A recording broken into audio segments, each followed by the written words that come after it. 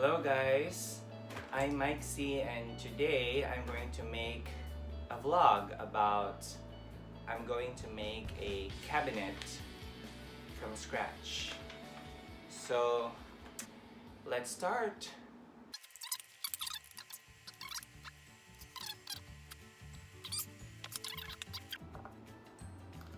So I think what I'm doing right now is just like doing a PhD dissertation or research. You need to have the right tools so that you can get the right results, like what I'm doing now. So if you want to analyze statistical data, then you need to get a good program for your statistics. But when you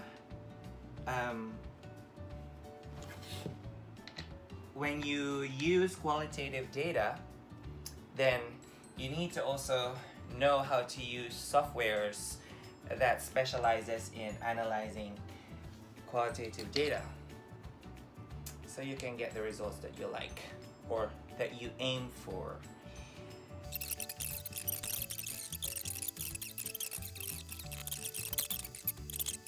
So,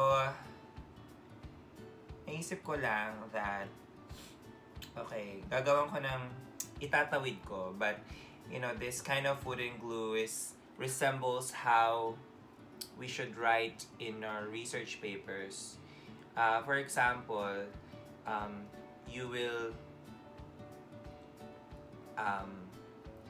have to know how to connect your paragraphs, and you have to know how to connect your arguments. Nako, yun dun ako pinaka nahihirapan, like making your arguments sound scientific at the same time convincing. Dun talaga ako nahihirapan. So, you have to know your glues. Ano ba yung mga glues na to? Yung mga connecting words or how to create your sentences. I mean, when you glue your statements together, hindi naman dapat parang lahat positive. Kailangan din may mga negative din para mas maging balance, like what I'm doing now. I'm balancing the amount of glue on this small cabinet, or at least sa buttons, para dumikit siyang maayos, para maging swak na swak. No? So, in terms of research, talagang na-connect ko siya. Hinatry ko siyang i-connect. But yeah, that's how you write your sentences. I'm still struggling on that. So, how to do it? It helps if pati pala ito, lalagyan ko ng glue. It helps when you actually read more journals, especially sa field mo, or at least yung related literature dun sa sinusulat mo paper. Because when you read more, it kind of gives you an idea on how other authors who got published write their paper. So, in a way, ma-encourage ka na para, okay, ganyan din ako magsulat, or at least matututo ka from, you know, shucks, bakit ang galing-galing niya magsulat. And then, you kind of get to be immersed into their style. So, iba-iba kasi yung style sa mga authors. May mga sobrang lalalim mag-English, may iba sobrang straight to the point. But, you know, it works. They still got published. So, it's good that you get exposed to other authors' writing style. So, you can glue your statements together and make a good paper. So, katulad nito, i-glue na natin siya, and hopefully sumuwak siya. Okay, baliktad. Okay, baliktad. So, see? Okay, pati yung mga statements natin, make sure they are coherent, hindi bali-baliktad. I mean, there are times nga na parang I wrote a paragraph in the discussion, tapos sasabihin ng reviewer na it has to be, this portion of your paper should be in the introduction. So, minsan napapagbali-baliktad ko. Yeah, so, yun. Important lang talaga that you read and then you also ask others to review your paper so that they can give comments na before mo pa i-submit for publication, na-commentan ka na, di ba? So, you'll not make yourself katawa-tawa, especially when the reviewers give feedback for your paper. So, okay. So, eto na. Pwede ko na siyang pukpukin. I think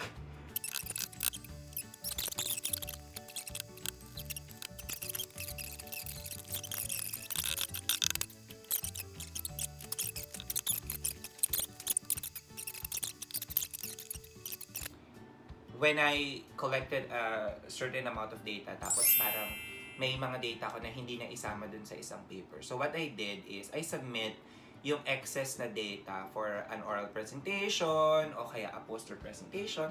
At least nagamit pa din. Tsaka pwede mo pa rin namang i-cite yun eventually, lalo na kapag you need some support when or evidence when you're trying to argue something, di ba? So this is kind of frustrating. Sometimes when it doesn't work, like research, when there are times that for example, you couldn't find the literature that would support your argument. It's kind of frustrating. Also, when waiting for your review for the journal that you submitted your research paper to, it's kind of frustrating also. So it's like this. Sometimes it's either you take on and keep on pushing and doing things, waiting, revising. It's also frustrating kasi laging may mali, something's wrong with your argument, something's wrong with your data. So hindi mo alam if you're gonna continue pushing it or just let it go. So ko alam kung i-let it go ko na rin to. But sayang naman. One last try.